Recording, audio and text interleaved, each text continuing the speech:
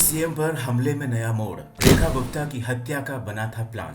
राजेश खिमजी का साथी राजकोट से अरेस्ट।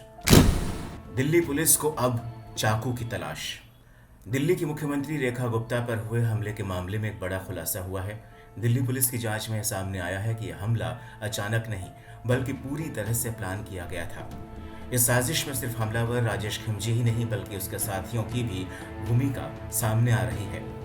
पुलिस ने राजेश के करीबी सहयोगी तहसीन सैयद को गुजरात के राजकोट से गिरफ्तार किया है।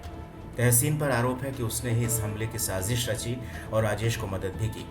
पुलिस का कहना है कि तहसीन ने राजेश के खाते में 2000 रुपए भेजे थे, जिसे हमले की तैयारी के लिए दी गई आर्थिक मदद माना जा रहा है।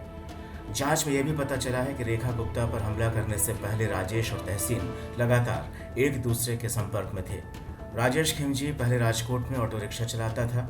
वो पहले से ही आपराधिक प्रवृत्ति का व्यक्ति है और उस पर पहले भी कई आपराधिक मामले दर्ज हैं। रेखा गुप्ता पर 20 अगस्त को हमला उस समय हुआ था जब वो सिविल लाइंस स्थित अपने सरकारी आवास पर जन सुनवाई कर रही थी।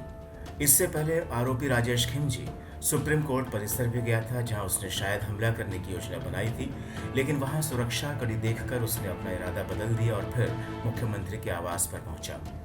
पुलिस को इस बात की भी जानकारी मिली है कि आरोपी ने चाकू से हमला करने की योजना बनाई थी, लेकिन सुरक्षा को देखते हुए उसने चाकू सिविल लाइंस इलाके में फेंक दिया और फिर बिना हथियार के मुख्यमंत्री आवास में दाखिल हुआ।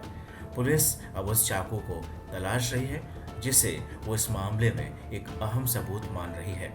इस पूरे घटनाक्रम को पुलिस अब एक बड़ी सुनियोजित साजिश के रूप में देख रही है। पुलिस का कहना है कि हमले में एक बड़ा नेटवर्क शामिल हो सकता है और दिल्ली के साथ साथ राजकोट में भी कई लोग अब जांच के घेरे में हैं।